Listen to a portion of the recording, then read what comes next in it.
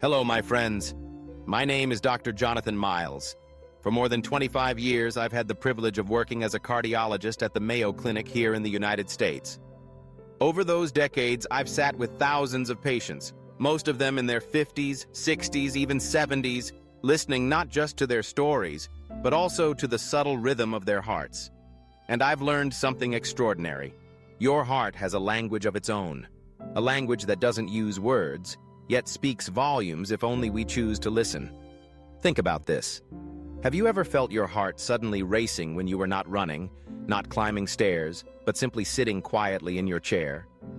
Or maybe you've noticed how your pulse softens when your grandchild slips a small hand into yours. These aren't random events. They are messages, gentle whispers from your body, telling you about your health, your emotions, your stress, your very life story.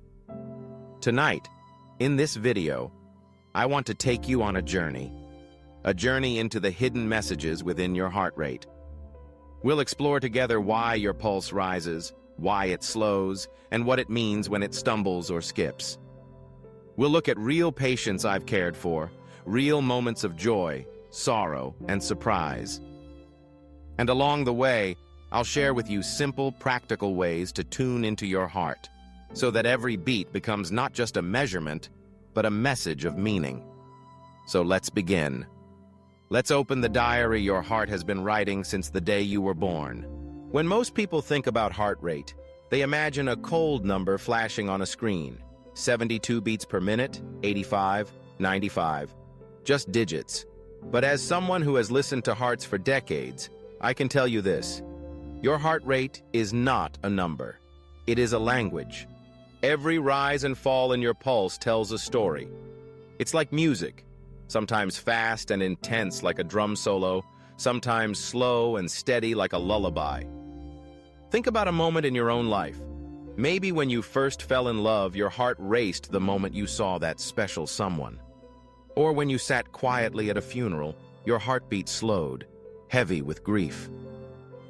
Those weren't random beats. They were expressions of your inner world. One of my patients, Mary, a retired school teacher in her late 60s, once told me something beautiful.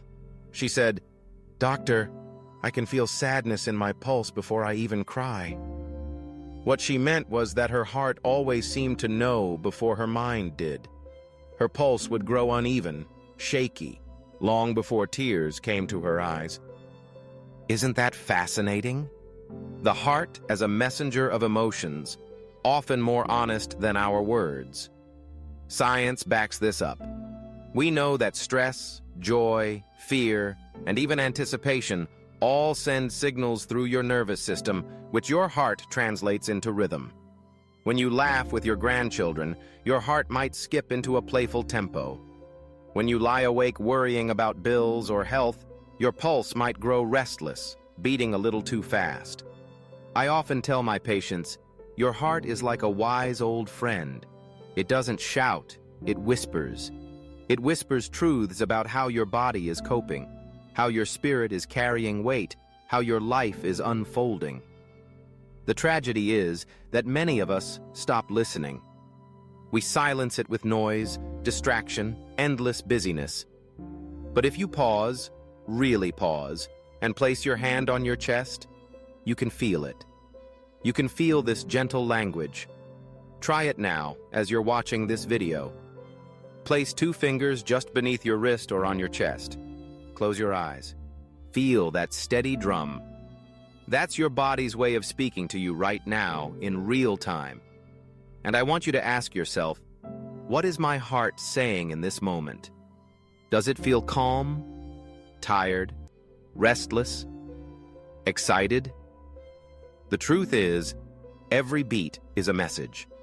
And when you begin to decode that language, you open a door to better health, deeper self-awareness, and even a kind of spiritual connection.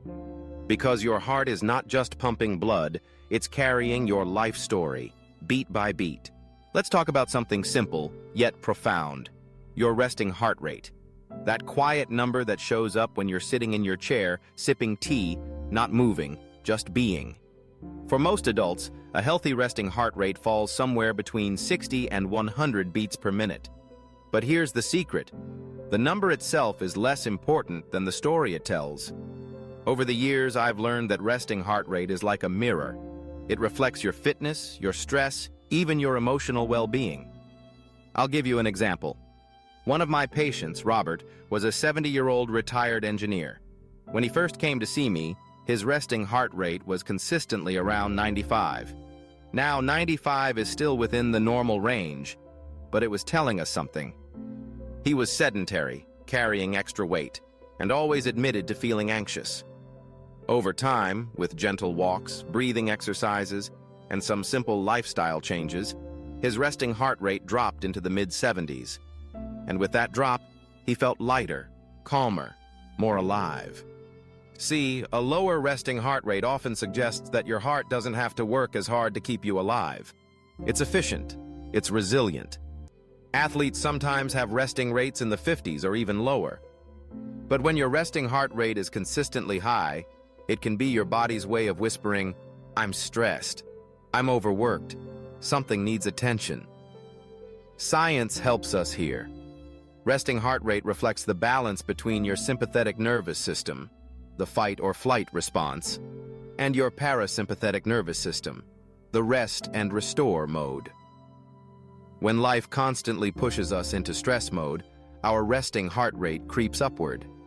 But when we nurture rest, calm, and healthy routines, that number gently drifts down, like a calm tide returning to shore. I sometimes ask my patients, do you ever notice your pulse first thing in the morning?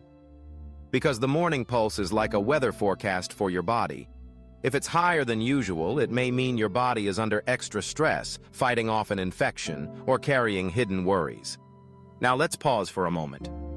I want you to imagine this. Tomorrow morning, before you reach for your phone, before the noise of the world rushes in, just sit still, place 2 fingers on your wrist, and count. That quiet rhythm is your body's morning message. It might be calm, steady, reassuring, or it might be quick, restless, asking you to slow down today. Your resting heart rate is more than physiology, it's philosophy. It's your body saying, here is how I am, right now, at rest. And if you listen to it, not with fear, but with curiosity, you can learn to adjust your life in gentle ways.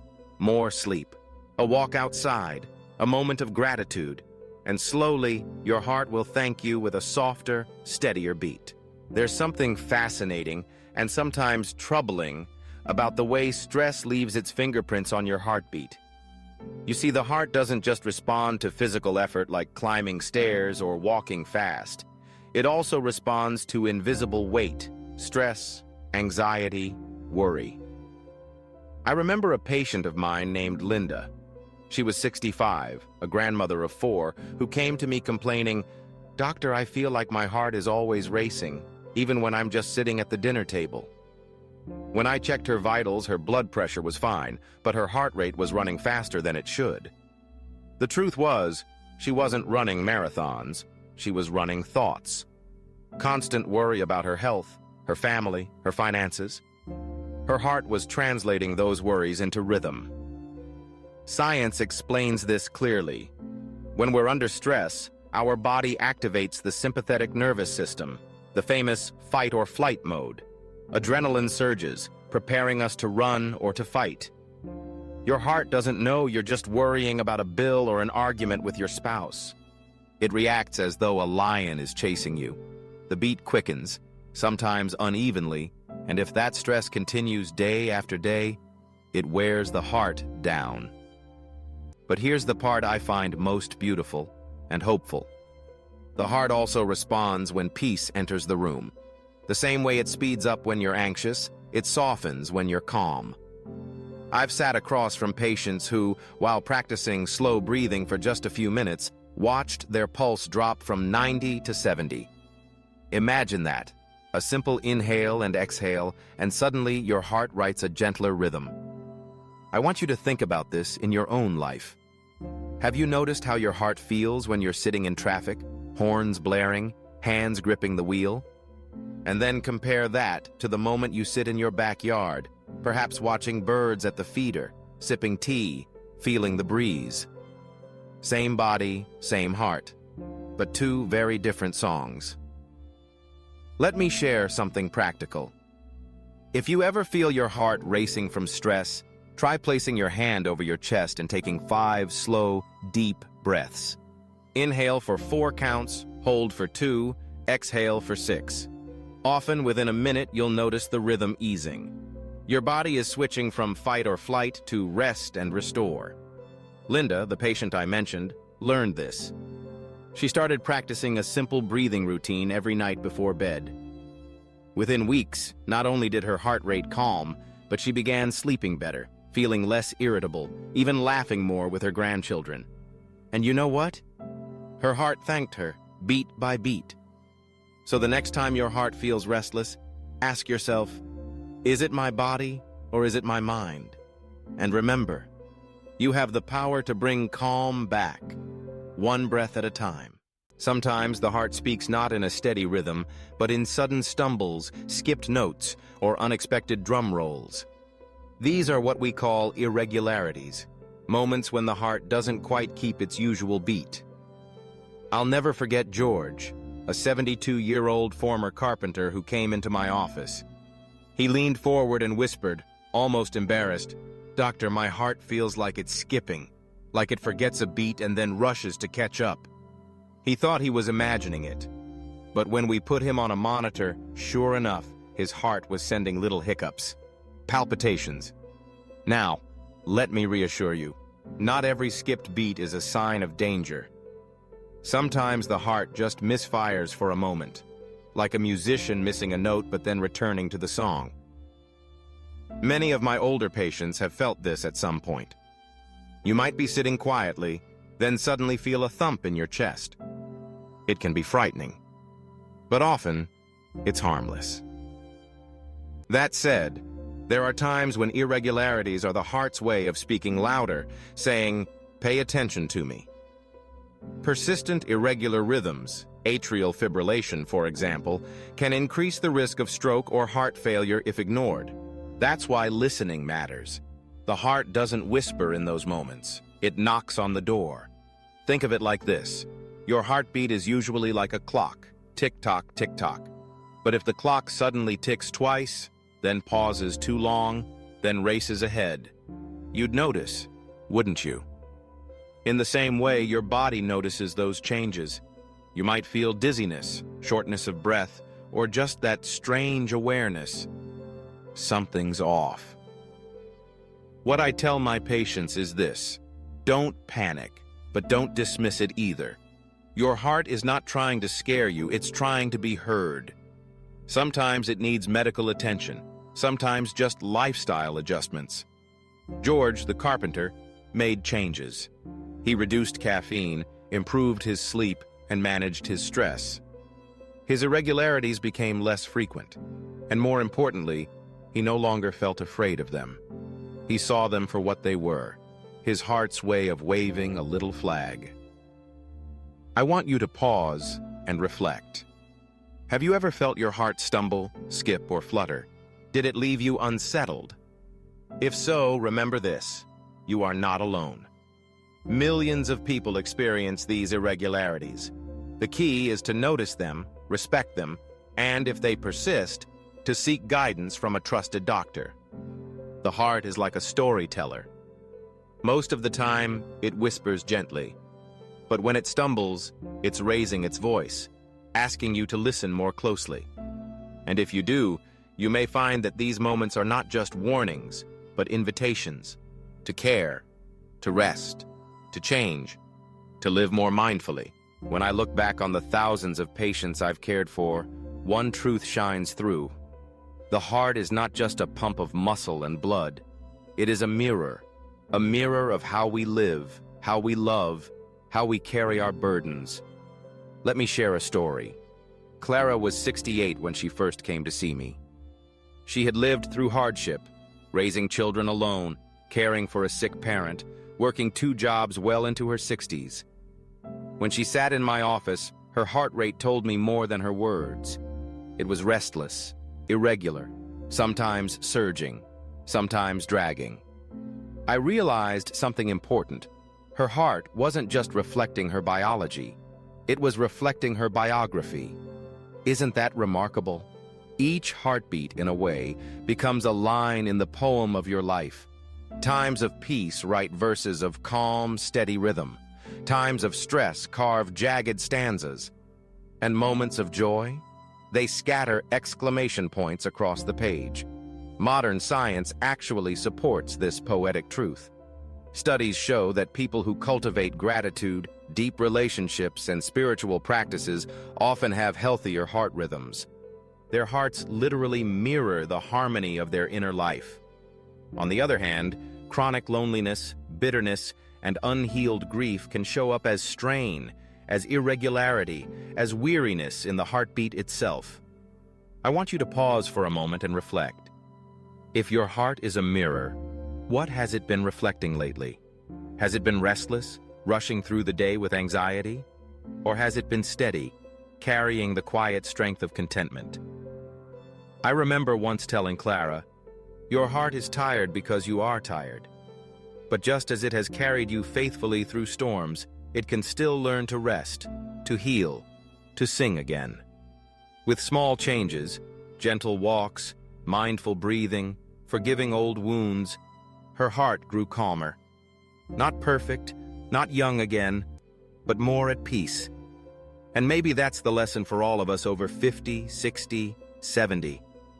Our hearts don't just tell us how long we might live.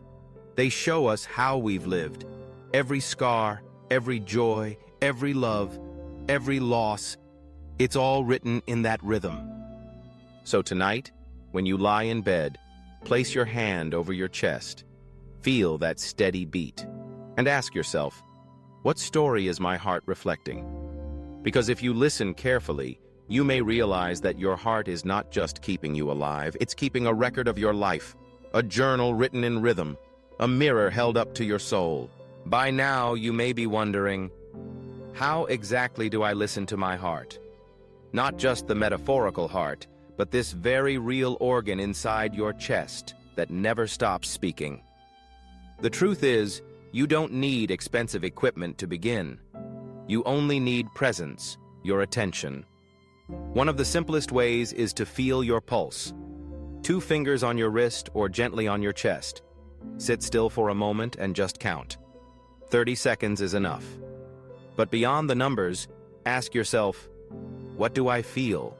Is it calm, steady, or restless? That awareness alone is a form of wisdom. Another way is through breath. Your breath and your heart are dance partners. When you breathe quickly and shallowly, your heart rushes. When you breathe slowly and deeply, your heart softens. That's why practices like meditation, prayer, or even sitting quietly in your garden can calm the rhythm. It's not magic, it's biology, wrapped in grace. I once had a patient, Samuel, a 74-year-old widower. He told me, "Doctor, the house feels so empty at night. My heart races and I can't sleep." I suggested a simple practice. Each evening, before bed, sit quietly, close your eyes, place a hand over your chest, and whisper 3 things you are grateful for. At first, he laughed, said it sounded silly. But within a month, he returned with tears in his eyes. "Doctor, my heart feels lighter. I still miss my wife, but I no longer feel like my chest is an empty room." His heart had found comfort in gratitude, and the rhythm reflected it. We also live in an age of technology. Many of you may already have a smartwatch or fitness tracker. These can be wonderful tools, not to obsess over numbers, but to gently remind you of patterns, how your heart reacts when you walk, when you laugh, when you sleep. But I always caution, don't let the device replace your inner listening. The most valuable data is still what you notice. How do I feel in this moment? Let me ask you directly. When was the last time you sat in silence, with no television, no phone, no distractions, and simply listened to your heartbeat? Try it.